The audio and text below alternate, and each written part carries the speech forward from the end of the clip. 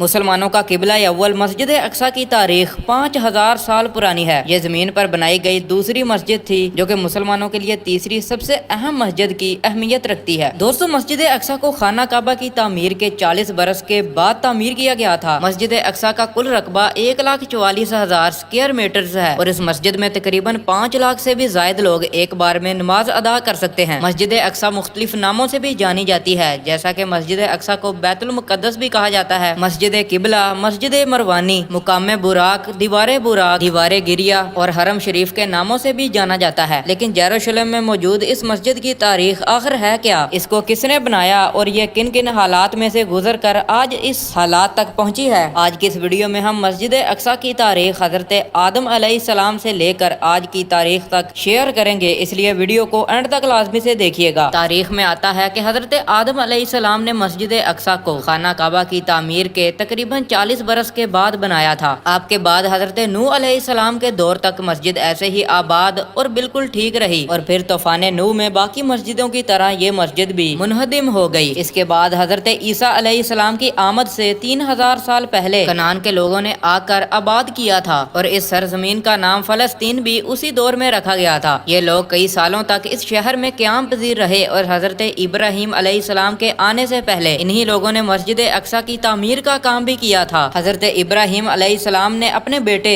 اسماعیل علیہ السلام کے ساتھ خانہ کعبہ اور پھر اپنے دوسرے بیٹے اسحاق کے ساتھ مل کر مسجد اقصی کی تعمیر کا کام شروع کیا۔ حضرت اسماعیل علیہ السلام کی اولاد مسلمان اور اسحاق کی اولاد آگے جا کر یہودی کہلائی۔ اس کے بعد مسجد اقصی حضرت اسحاق کے کنٹرول میں گئی۔ انہوں نے اس پاک مسجد کا بہت ہی خیال رکھا۔ حضرت اسحاق علیہ السلام سے ایک بیٹا پیدا ہوا جو کہ حضرت یعقوب کے نام سے جانے جاتے ہیں اور ایک پیغمبر بھی ہیں۔ حضرت یعقوب علیہ السلام کے 12 یا 13 بیٹے تھے، جن میں سے ایک کا نام یوسف تھا۔ انہی یوسف کو اللہ پاک نے نہ صرف ایمان جیسی نعمت عطا فرمائی بلکہ ان کو بہت ہی شان و شوکت اور عزت سے نوازا۔ مصر کے قید خانوں سے اسی ملک کا بادشاہ بھی بنا دیا۔ حضرت یوسف علیہ السلام کے ہی دور میں حضرت یعقوب اور ان کے باقی بیٹے فلسطین سے آ کر مصر میں آباد ہو گئے۔ حضرت یوسف علیہ السلام کے چند سالوں کے بعد اللہ پاک نے اپنے ایک اور پیغمبر یعنی حضرت موسیٰ علیہ السلام کو نبی بنا کر مصر میں بھیجا تاکہ آپ یعقوب علیہ السلام کی اولاد کو فرعون سے بچائیں اور بنی اسرائیل کو سیدھے راستے کی ہدایت کا کام کر سکیں۔ لہٰذا بنی اسرائیل فرعون سے بچ کر مصر سے نکلے اور یوں بنی اسرائیل ایک بار پھر سے آ کر فلسطین میں رہنے لگے۔ اس کے بعد حضرت داؤد علیہ السلام کا دور آیا اور انہوں نے پھر سے مسجد اقصی کی تعمیر کا کام شروع کیا کیونکہ اس وقت مسجد بہت ہی شہید ہو چکی تھی۔ حضرت داؤد علیہ السلام نے مسجد اقصی کا کام شروع تو کیا لیکن وہ اپنی زندگی کے اندر